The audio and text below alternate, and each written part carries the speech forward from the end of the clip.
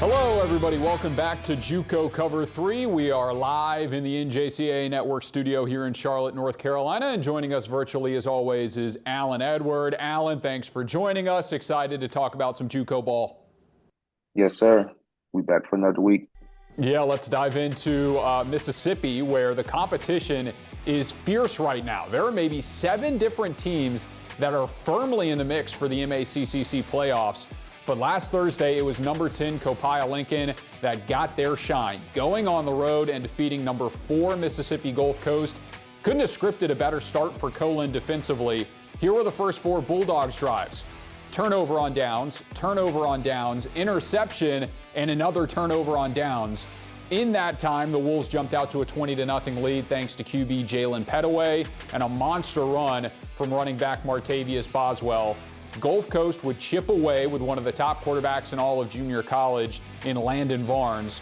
3 second-half touchdowns, a pair of which to Tyler Henderson, and another coming within the final minute to put them an extra point away from the tie. But Coach Jack Wright said, oh no, we're going for the win. 2-point try bounces at the feet of the receiver, no good, and Copiah Lincoln holds on. So, Alin, we see it at all levels of football, but frequently in this junior college season, where do you sit about going for 2 in the win? I mean, you got to believe in the team first, you know what I'm saying? And for the coach to even do that, most respect for the head coach and, having the trust in his team. Shout out to them for sure. Well, Colin gets the stop and the win. Big win and a big shakeup in Mississippi. We'll have more on that later. Next up is Tyler and Cisco in Texas. The Wranglers rode a huge second quarter to a halftime lead, and Tyler had to play from behind again. Trey Guerra and co. rallied back. They ended up leading 37-24, but Cisco would not go away. A fourth quarter touchdown made it even closer, a one-score game, and the Wranglers had chances for the go-ahead points. A stalled trip to the red zone looked to end the game until an intentional grounding in the end zone resulted in a safety and gave the Wranglers one last shot. The Tyler defense stepped up and sweated out the win. Alin, Tyler's been flirting with fire all season long. They get away with it here, but what improvements do you want to see from them with Kilgore and Navarro still left on the schedule? Like the past few weeks, like I said, man, they've been starting slow, you know what I'm saying? And, you don't want to start slow and finish fast when you have to. I think once you start fast and finish fast, I think you have a better advantage. For Tyler, obviously their defense is saving them a lot. And, I think I would love to see them just to go into the game and just knock it out. If you have an opponent that you can beat, and, Cisco, shout out to them to even giving them a game. I didn't think this would have been a game, but shout out to Cisco for even putting up with Tyler JUCO. But I think Tyler JUCO should go in and just start fast and finish fast. Yeah, Tanner Jacobson's got a really talented team this year. 7-0, but they've had to sweat out a couple of them. Last up was the game of the year. Wild finish in the top matchup in Division III.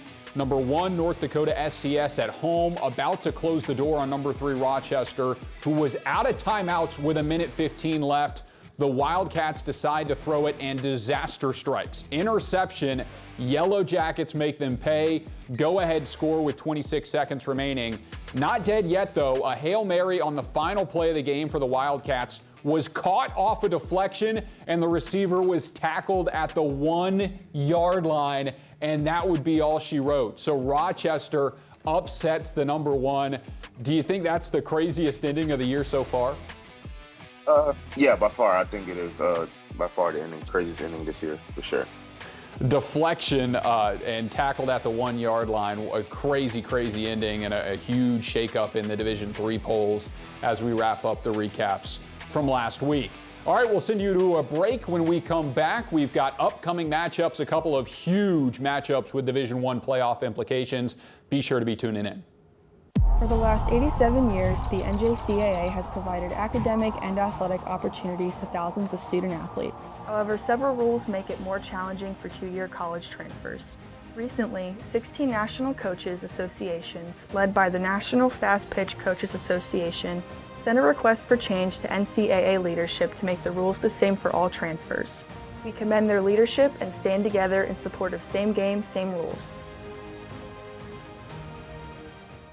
Credit Union One Free Checking has everything you need to bank on the go, make deposits and more with our highly rated mobile app. And get your direct deposit up to 2 days sooner with CU1 Early Pay. Open your account in minutes at creditunion1.org. Introducing CU1 High Yield Checking, the account that rewards you for everyday banking. Earn up to 5.25% APY when you make qualifying transactions each month.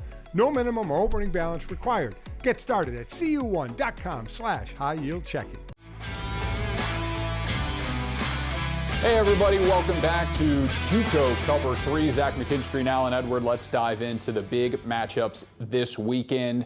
We start Saturday under the lights. Primetime matchup for number 1 Hutchinson as a feisty number 10 Coffeyville Red Ravens team comes into town.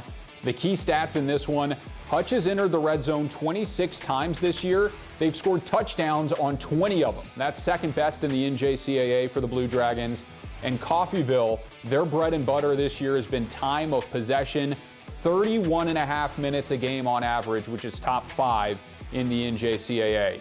So another tough test for Coffeyville, but they've had plenty of experience against ranked opponents this year, Alin. Oh, yeah, for sure. For Coffeyville, and for them to win this game, I believe they should go in and control the clock and, of course, execute it and score every chance they get. I believe to beat, Hutch, man, you have to control the clock. You have to milk the clock and just have them limit time to go score when it's time for them to go score offense. Obviously, we know they can score offense regardless, but I believe to beat this team, you have to control the clock and execute and score almost on every drive. Yeah, an upset there would completely shake up that top 4 playoff spots. So we'll see what ends up happening. Next up is our ESPN Plus game of the week, and it is a huge one. Snow will travel all the way to Milledgeville, Georgia to battle number 5 Georgia Military, with the Bulldogs fighting for a playoff spot and Snow fighting to maybe climb back into the playoff talk. So, Alin, these are 2 independent schools that this game has kind of been a staple on their schedule over the last couple of years. And for those that don't know, the Badgers are moving to the Southwest Junior College Football Conference next year. So not sure how much this matchup will continue, but going to be really exciting this weekend. I mean, I think they should continue it. You know what I'm saying? If they're moving, I think it'll make JUCO more exciting, even to watch. You know what I'm saying? And for these 2 teams, I believe Georgia Military should come out with this win because of their defense that they have, but also Snow is effective on both sides of the ball. But yeah, give me Georgia Military +7 on this one. Yeah, and Snow's getting a lot of injured guys back for this game. We got to talk with head coach Erickson this week as well, so it should be pretty balanced, but that battle in the trenches is going to be huge. That one at 1 p.m. Eastern on Saturday, must-watch TV on ESPN+. Lastly, let's give you a rankings update. Here's where we sit with around 3 games remaining for most of these teams. Hutch and Iowa Western are the 1 and 2, no surprises there. They've been there all season. Tyler stays undefeated in that 3 spot at 7-0. Northwest Mississippi back up to the 4.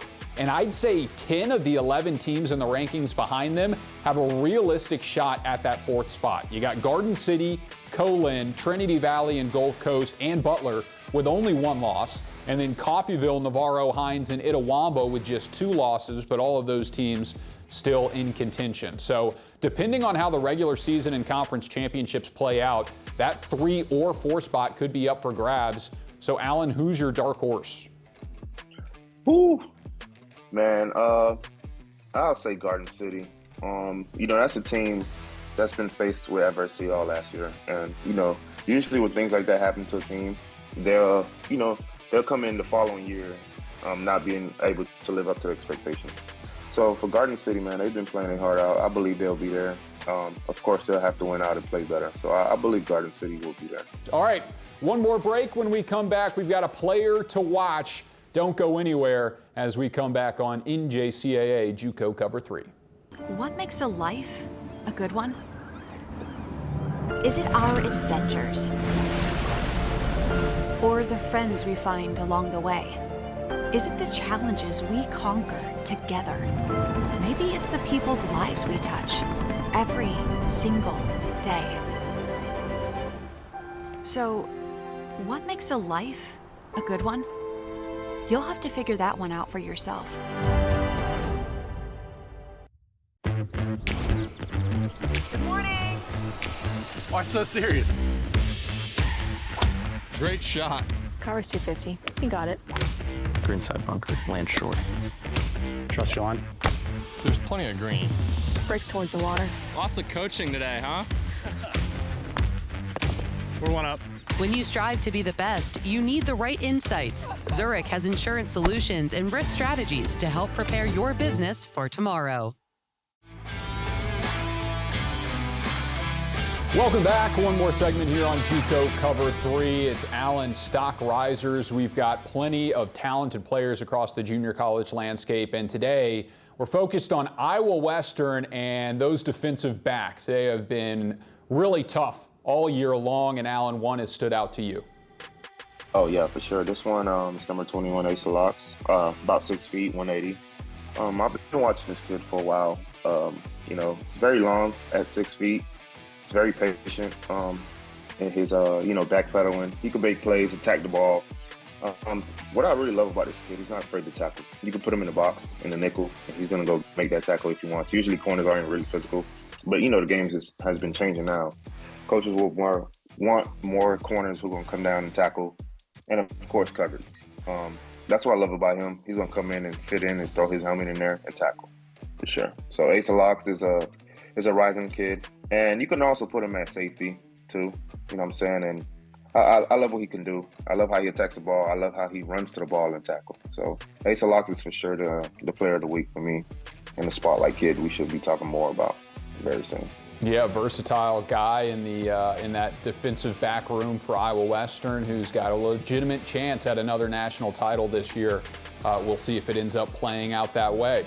All right, that's all we got for you here on JUCO Cover 3. A reminder, Saturday, ESPN Plus Game of the Week, 1 p.m. Eastern. It is snow at number 5 Georgia Military. Do not miss it, and that's all we got for you. We'll catch you next Thursday live from our NJCAA Network studio.